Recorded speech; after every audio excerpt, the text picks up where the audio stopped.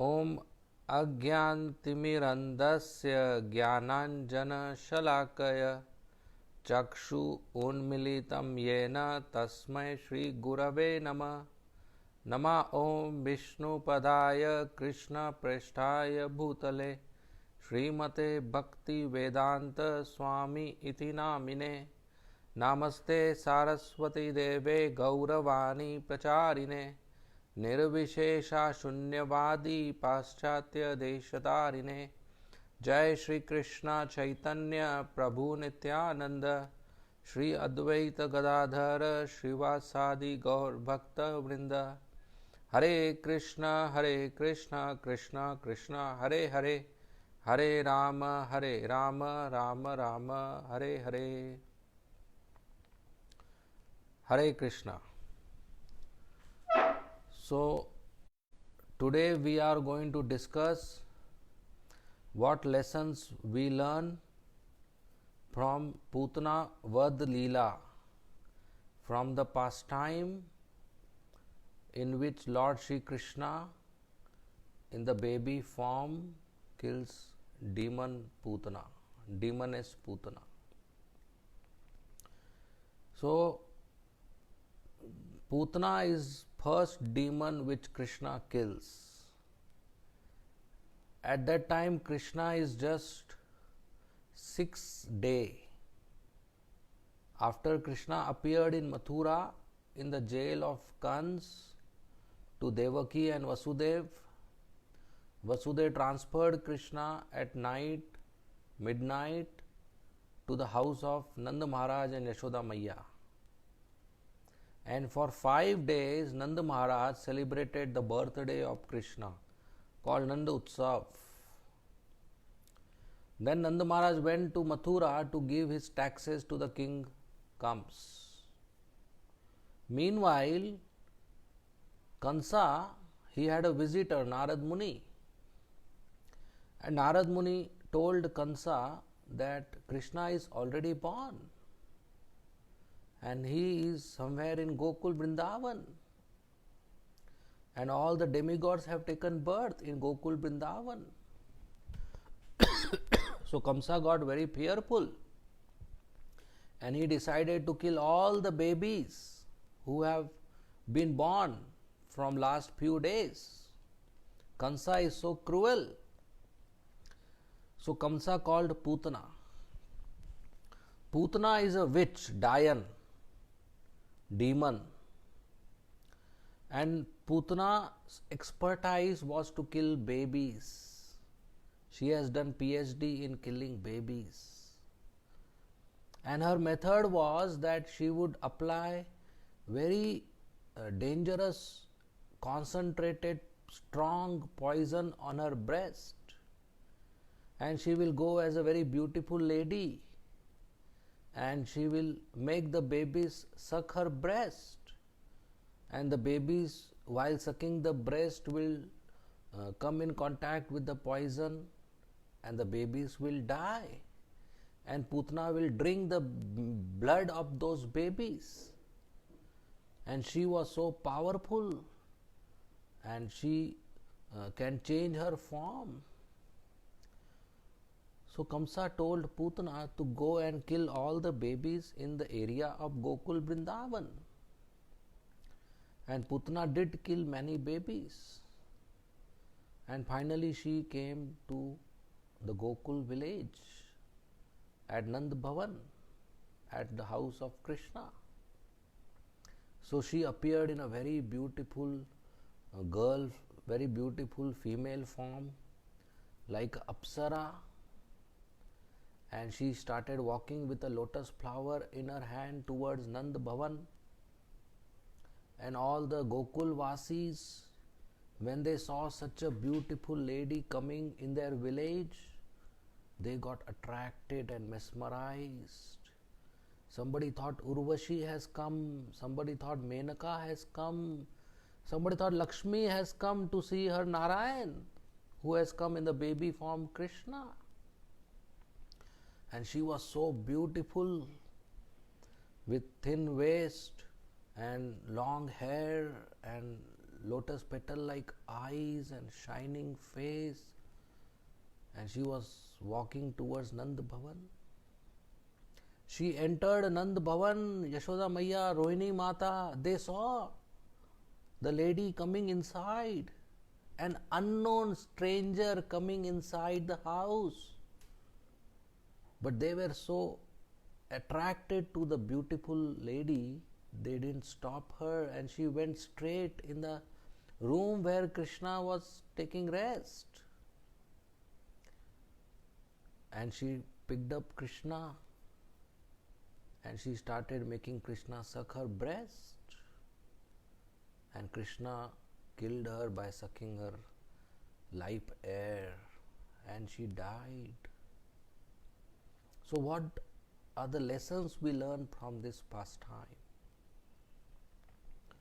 The first lesson we learn is that Putana is like a pseudo, a false, a duplicate spiritual master or a duplicate spiritual organization. When a new person, a new seeker who wants to know something about God, about dharma, about religion, about spirituality, he doesn't know anything. He's just a newborn baby in spiritual life. When he comes in contact with such false gurus who appear to be mother, who appear to be very attractive externally, who appear to nourish the new person's bhakti, but actually they poison, and instead of nourishing with their milk, they are giving poison to the new spiritualist, and that poison is in the form of making him Mayavadi or making him atheist or making him go away from Krishna or making him actually forget their relationship with Krishna. A newborn baby is fed milk to nourish his body and grow. Similarly, a new bhakta, a new devotee, is fed by pure devotee spiritual instructions to grow in spiritual life. But there are many putanas in this world, in the form of so-called sadhus, in the form of so-called mathas, in the form of so-called spiritual or religious organizations, who externally appear to be mother, who externally appear to nourish our bhakti, who externally appear to be a bona fide sadhu, and the new people get attracted by their buildings or by their advertisements or by their nice lectures or by their nice attitude of service to the humanity. They get attracted. Like Putana, she has come in the form of a beautiful lady. And Yashoda Maiya, who is mother of Krishna. And no mother will allow a stranger lady to pick up her son, her child. No mother will allow. Why did Yashoda allow that? It is said Putana came in such an attractive form that Yashoda did not suspect at all that she is a demon, that she, instead of nourishing my Lala with milk, is going to poison my darling Lala. Yashoda couldn't suspect this. So new person or new devotee doesn't suspect that the charming oratorship and person appearing in saffron dress and wearing tilak and shikha and belonging to a spiritual organization may actually poison my bhakti, which is a small baby growing in my heart. So that pseudo guru or a false guru or a pseudo spiritual organization, that's why we should not be blind follower. That's why we should not judge by dress and by address. Somebody's dress might be saffron, or somebody's address might be Brindavan or Mutt or ISKCON or Gaudiya Mutt or spiritual organization. But we should not judge by dress and by address. We can understand our association only by hearing and interaction. When we hear and interact and we find the person is bona fide, then we can surrender to such a spiritual master or such a representative of parampara. So for that we should get educated.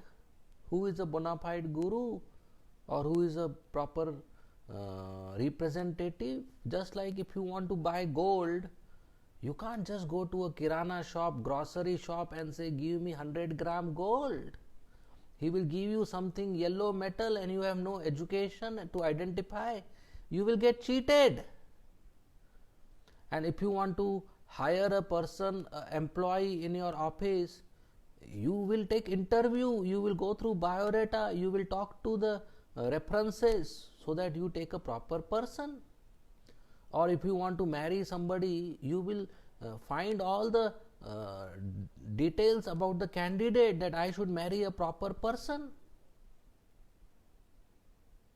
So when we are entering a relationship of employer and employee, we are careful. When we are entering a relationship of husband and wife, we are extremely careful that I should have a proper partner for this life.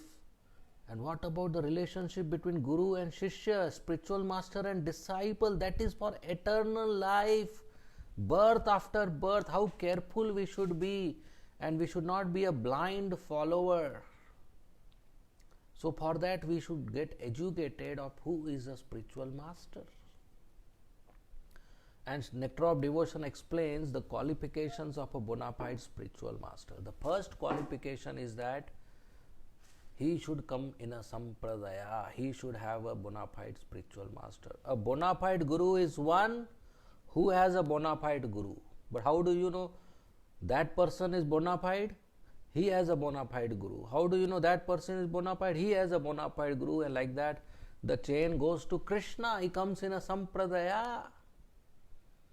Just like if I want my child to learn mathematics, where will I send him? To a proper teacher. How do I know? Some person says, I will teach mathematics, don't worry. What is the first question I ask? From where did you learn? He says, I learned from Mumbai University teachers. Then I say, yeah, okay. So if I want to learn mathematics, the teacher should have a teacher. He should have learned mathematics. So bona fide guru is one who himself has a bona fide guru. That means he comes in a parampara. The second qualification is that not only he should have a bona fide guru, but he must have learned from his guru. Not just have one, but learn. Not just I have taken Diksha, but after that I have never followed or I have never met. Not only I should learn mathematics from a person who has a teacher of mathematics, but that person should have passed also. Oh, I am from Mumbai University, but I have failed in mathematics. Then how can I teach others? So second qualification is the bona fide guru should have passed. He should have learned from his guru. The third qualification is that he walks the talk. Whatever he teaches his disciple, he should himself follow. If he tells the disciple to chant 16 rounds of Hare Krishna Maha Mantra, he should do it. He should do Mangalarti, he should do Guru Puja, he should read and hear Bhagavatam, and he should follow 4 regulative principles. Walk the talk.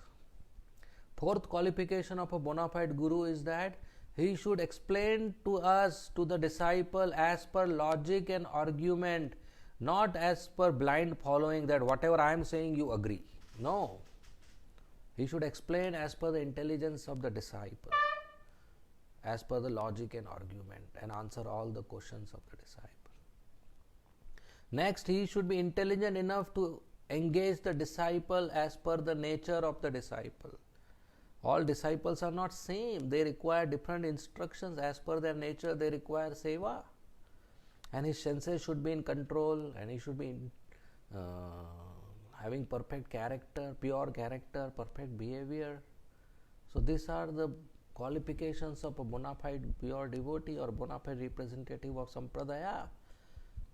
And when we associate with such real spiritual master and real devotee, then our bhakti is nourished because we get that milk.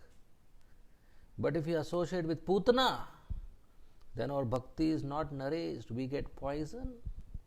So that's the first learning from Putana Vad Leela, that in the material world there are Putanas.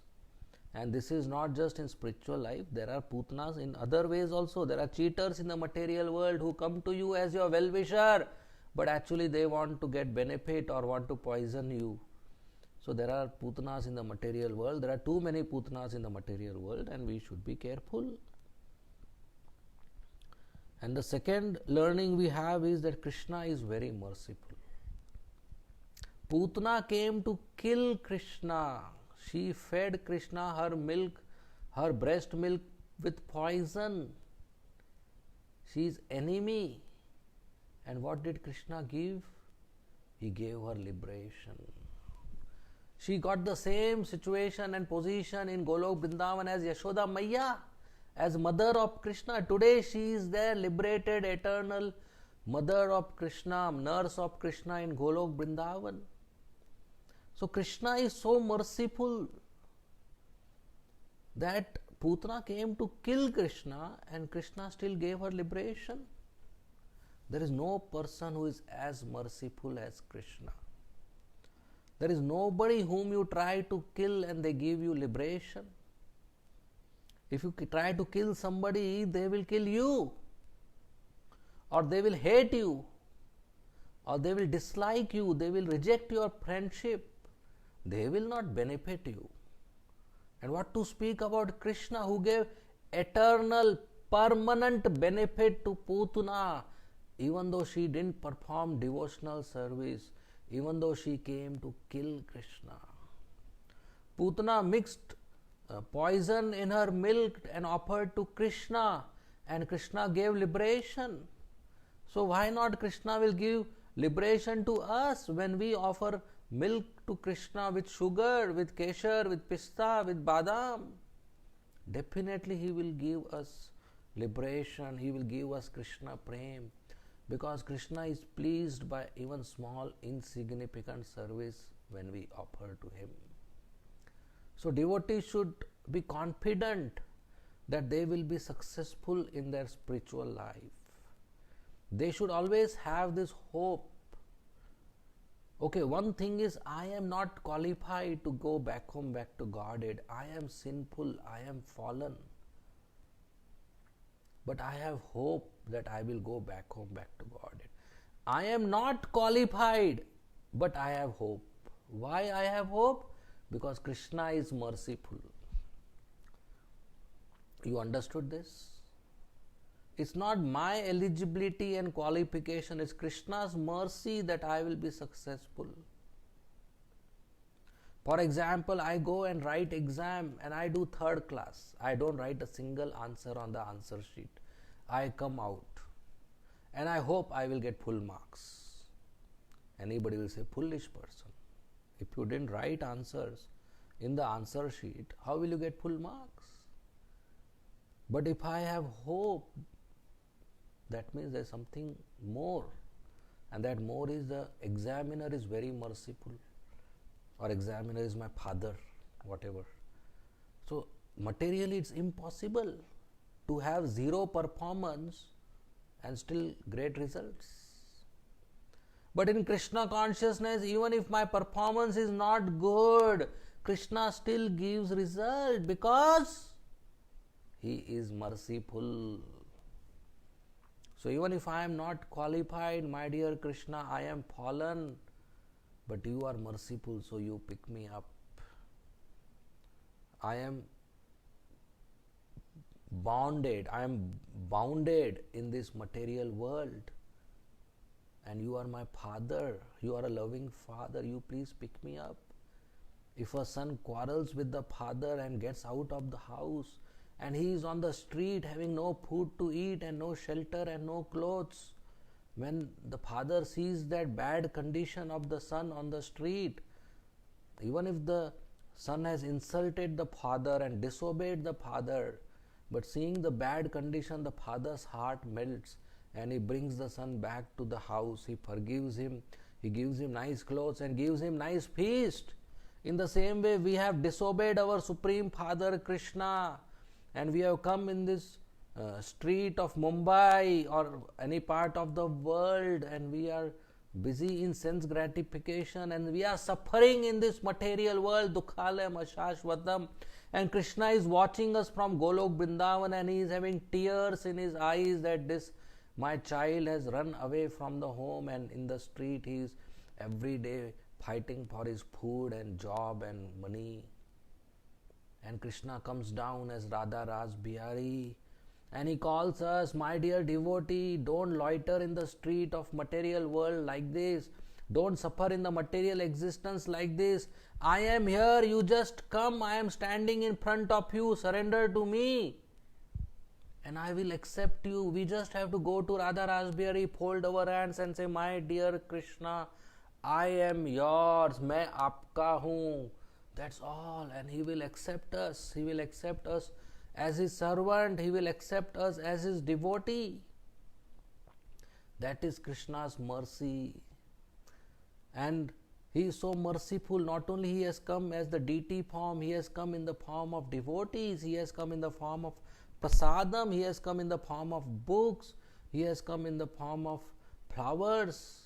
Mahaprasad flowers, in the form of kirtan, in the form of Rath Yatra, and he is inviting all of us. So that's Krishna's mercy. So there is nobody so merciful than Krishna.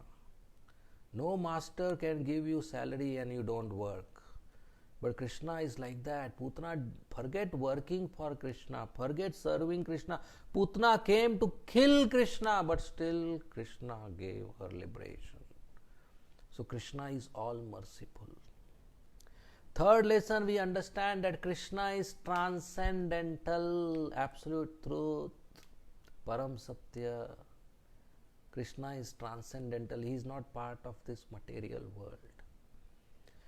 In this material world, you take any item, say water or juice or milk or chawal, rice or any item, and add poison to it. What will be the result? The result will be poison. Any item X plus poison is equal to poison. In this material world, you add poison to any item, that item becomes poisonous.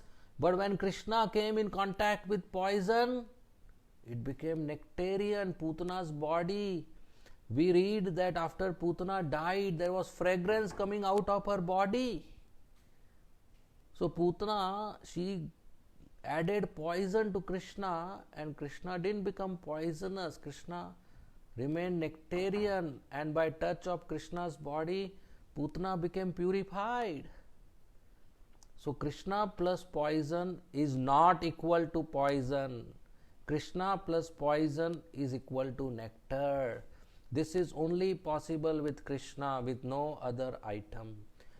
Any other material item plus poison is equal to poison. So the proof, this is the proof that Krishna is transcendental. Krishna is not part of material existence. Krishna is not under the influence of three modes of material nature. Krishna is not under the material nature.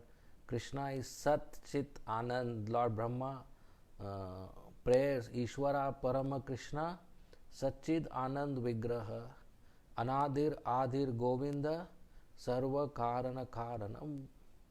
So Krishna's Vigraha, Krishna's form, transcendental form is Sat Chit Anand. Sat means eternal, time has no effect. Chit means full of knowledge, and Anand full of happiness, perfect happiness, bliss, full of bliss. So Krishna is Sat Chit Anand. So Putana's poison gets neutralized, Kaliya's poison gets neutralized, Aghasura's poison gets neutralized. That's Krishna. He is nectarian. So our poison, we are also in contact with poison of this material world, and that will get neutralized when we take shelter of Krishna. Our heart, because of the material suffering which is in the form of so many dukkhas, will get nectarian experience, sweet experience when we come and see Krishna, when we chant Hare Krishna Mahamantra, when we hear Krishna's pastimes, when we hear Srimad Bhagavatam, when we dance in Kirtan, when we honor Mahaprasadam, when we offer service, when we associate with devotees, then all the poisonous experience of our life, all the bitter experience of our life will be vanished and it will become nectarian. Any contact with Krishna is nectarian. Any contact with Krishna is sweet, and any contact with material existence is poisonous. Any contact with material existence is painful. Any contact with material existence is bitter. We are Satchit Anand. The soul is also Satchit Anand. So Satchit Anand soul in material world, that combination is not good. It is always giving bad experience. But Satchidanand soul comes in contact with Satchidanand Krishna, then all good, all perfect. Just like fish comes in contact with water, all good, all perfect. If fish comes in contact with land, no use, that will be suffering. When the fish is on land, how can you make fish happy? You give one nice mobile to fish, and you give nice halwa puri, and you give nice 1 BHK or 2 BHK, one AC, one television. No, fish doesn't want all this. You just put fish back into water and the fish will be happy. In the same way, the soul is not going to be happy with all this possessions and money and family and house and car. The soul is going to be happy only when the soul comes in contact with Krishna, Satchid Anand, nectar. That's why what we hear is called Katha Amrit, Amrit, Amrita, Amrita, Amrit. Amrit means nectar, Amrit, nectar. So Katha Amrit, Krishna Amrit, that's nectar. Krishna is Amrit, and that gives us good experience, nectarian experience, sweet experience. So Putna's poison got neutralized, Kaliya's poison got neutralized because Krishna is nectarian, and that proves that Krishna is not part of the material world. Krishna is Sat Chit Ananda, transcendental. Another point I wanted to touch is Yashoda's bewilderment. Of course, Krishna put Yashoda into bewilderment, but we should know that sometimes our guardian, our mother, how much they love us, they may get bewildered by external things, and they may allow us to associate with something which we should not be associating with. Yashoda allowed Putana to feed her breast milk to Krishna because she didn't suspect Putana to be poisonous. So sometimes it is possible that in bhakti we may have an authority who may allow us to associate with something which is poisonous for our devotional service. So of course we should have an authority who is pure, and we depend on that authority. At the same time, we don't blindly follow. We should keep our eyes open, we should keep our intelligence open, and we should use our free will to understand what is good for me and what is not good for me. I am not saying we should doubt our authority. I am saying we should be alert. We should not be blind follower. Krishna doesn't encourage blind following. Krishna doesn't encourage somebody who has blind faith. Krishna tells Arjuna that I have spoken whole Bhagavad Gita to you. Now you deliberate on this and do what you wish to do. If Krishna wanted Arjuna to blindly follow him, why he has to speak 700 shlokas? Krishna would have just spoken one shloka, I am God, you fight. Okay, matter finish. Half a shloka. That I am Bhagavan, you fight. Baat khatam. No, Krishna did not do that. Krishna went through the whole hard effort of convincing Arjuna and answering all of Arjuna's questions and Arjuna's doubts, and at the end telling him, I have told you But now it is up to you. You decide, you choose whether you want to fight or not. Krishna didn't tell him to blindly follow. Krishna told him that you make a choice. So in devotional service, freedom is there. We can use our free will and we can try to understand. So Putana, even though she got liberated, she is not called a devotee. Why? Because she offered milk with poison to Krishna in a mood of enmity. Anybody who offers milk to Krishna would be considered a devotee. But Putana is not considered devotee because her attitude was pratikul, unfavorable. Bhakti should be anukul, favorable to Krishna. Anukul and pratikul. Anukul means favorable, pratikul means unfavorable. So if I am making an offering to Krishna which is pratikul, unfavorable, then that is not bhakti, even though it looks like bhakti. And if I am doing something which is favorable to Krishna, even if it doesn't look like bhakti, but it is bhakti. For example, Yashoda Maya takes a stick and runs behind Krishna. Yashoda Maya scolds Krishna. Yashoda Maya ties with a rope to Krishna. This doesn't look like bhakti. Taking a stick and running behind Krishna cannot be called bhakti. But Yashoda Maya is still a great devotee. Why? Because the mood is anukul. She is, as a mother, wants to protect Krishna. She as a mother wants to improvise Krishna's character, correct Krishna. And Kamsa 24 hours thinks of Krishna. But that is not bhakti. Why? Because it is pratikul, it is unfavorable. He is thinking of Krishna as an enemy, not as a friend. So bhakti should be anukul, then only it is pure devotional service. We go to Krishna for Krishna's pleasure. When Yashoda Maya takes a stick and runs behind Krishna, Krishna is happy because Krishna wants that motherly love and affection. So that's anukul. When Kamsa is thinking of Krishna, Krishna is not finding pleasure because he is thinking of him as an enemy. That is pratikul. So we should know bhakti should be anukul.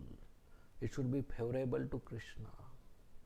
So these are the lessons which we can learn from Putana. And we'll end here. Now it's open for questions. If there are any questions, you may please ask. Those who are on Facebook, they may put it on comment box. And there are some people on Zoom, so they can ask directly. Thank you very much. Srila Prabhupada ki jai. Hare Krishna, whosoever has questions, please raise their hands. As usual, please raise your hands and I'll put you on. First question coming from His Grace Ramdas Prabhuji. I'm putting him, unmuting him through. Yeah, Prabhu. Prabhuji, Hare Krishna. Hare Krishna. Kindly accept my obeisances. Yeah, Hare Krishna. Please accept my humble Very obeisance. nice, very nice lecture. This is a very good opportunity to hear your sectarian talk. I have got Prabhuji two questions. The Yeah. first is, why Krishna has chosen Putana as a woman to kill the first time? Krishna could have been given some other alternate punishment or arrangement, but why he has to kill Putana as a woman? The first killing by Lord Krishna. So, generally, there is no why for Krishna, that why he does it. It is his free, sweet will. Yeah. Somebody may say, why Krishna wears yellow dhoti, why not pink dhoti? Or why he comes in Mathura, why not in Mumbai? Or why he wears a peacock feather, why not pigeon feather? But there is no why for him. That is his sweet will, he does it. But there is a lesson here to be learnt on behalf of Krishna and those who follow the mission of Krishna, that even if the demon is a Putana, demon is female, it has to be killed. Even Lord Ramchandra, first demon he killed was a female, Tarka. So lesson learnt here is that even if it's female, but it has to be killed. Right. But there is no mention in Bhagavatam that why Krishna wanted one first demon to be female. And as I said, why for Krishna doesn't make sense because it is his independent will. Right, that's correct. That's how it happened in this yuga. Maybe some other yuga he has some other way of restoring dharma. Is that okay? Yeah, yeah. Okay, Prabhuji. Thank you. Okay. And the second question is, as you have just said, that we have to be very careful in choosing our guru, spiritual master or a Shiksha guru. So in this case, it is very difficult to choose a guru because we are on a lower platform. The guru is on a higher platform. So how we can choose a guru is on the higher platform. So there should be at least minimum education of who is a bona fide guru. One should not be a blind follower of dress and address. So there should be a minimum education who is a bona fide guru, and one should associate. In Hari Bhakti Vilas it is mentioned that one should associate for sufficient time so that one develops a will and faith to surrender. That one understands, okay, this person is advanced in consciousness and intelligence to me, this person is a follower of all the principles, and in future if he orders me it will be for my benefit, he is my well-wisher and I will happily obey him. Right. And Srila Bhaktisiddhanta Swami Thakur writes that sometimes it is difficult because everybody looks same and they speak in the same language. So a person should not try to criticize when he doesn't understand the other personalities. What a person should do is he should introspect and become more and more sincere, because when he becomes more and more sincere, then Paramatma in his heart helps him to come in contact with a pure devotee. Guru Krishna Prasade Pai Bhakti Lata Bij, which means I don't know Guru and I don't know Krishna, but I have sincere desire for Krishna. So Krishna in my heart, when he sees that I have a sincere desire for Krishna, Krishna comes out as a guru and he helps me to identify that relationship. And when I surrender to that guru who is representative of Krishna, he sends me back to Krishna and my relationship with Krishna is developed.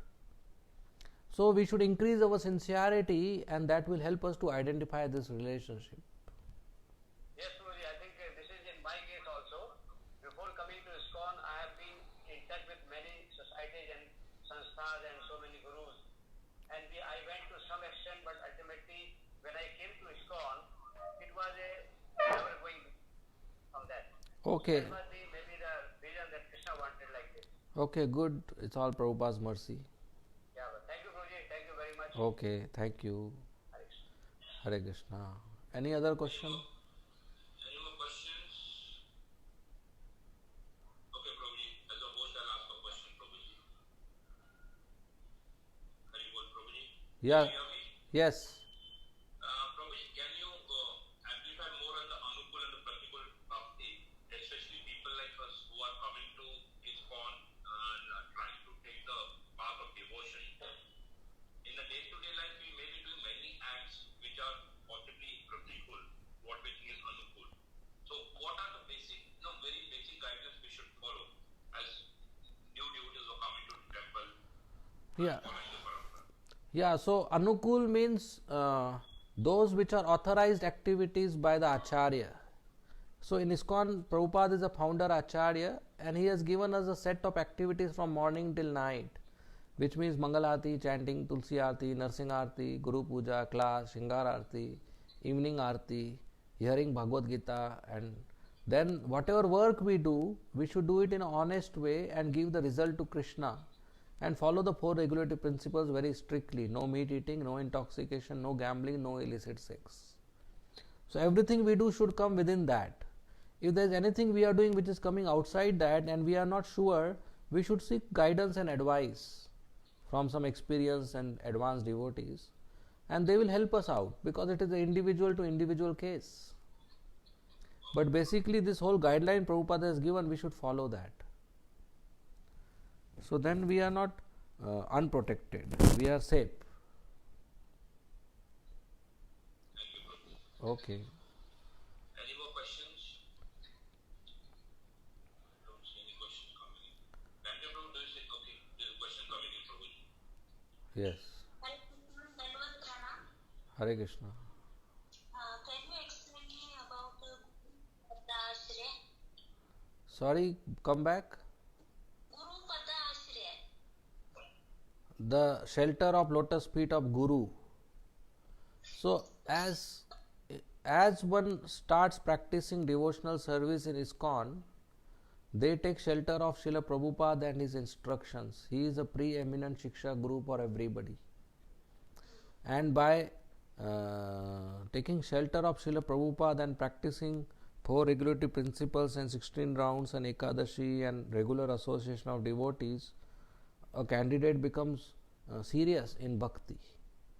And when he is serious in bhakti and he desires to take initiation from his ISKCON spiritual master, then he hears from various spiritual masters, and when he develops a faith that this spiritual master I can surrender, he takes shelter of that spiritual master. That's called Guru Pada Ashraya.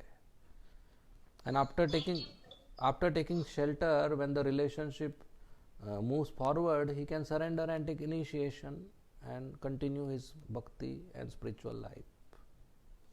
Okay. Thank you. Hare Krishna, Prabhuji. Thank you. Hare Krishna. Any more questions? I think no questions are there, Prabhuji. Okay, we'll end here. Thank you very much. Daniel, Prabhu, do you see any questions on the Facebook, Prabhuji? No problem. May I request His Grace Rupilas Prabhuji to come on the screen? I can't see him. His Grace Rupilas Prabhuji, I've unmuted him. Please come on the screen, Prabhuji.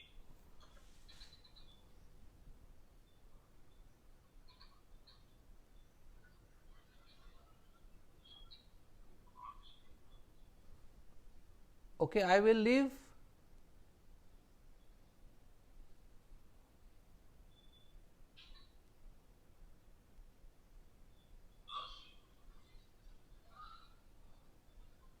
Okay, we'll end here. Thank you very much. Srila Prabhupada ki jai.